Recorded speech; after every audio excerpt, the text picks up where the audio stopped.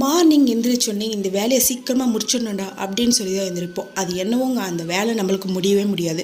இந்த வேலை முடிக்கிறதுக்குள்ளே இன்னொரு வேலை நம்மளுக்கு கரெக்டாக இருக்கும்.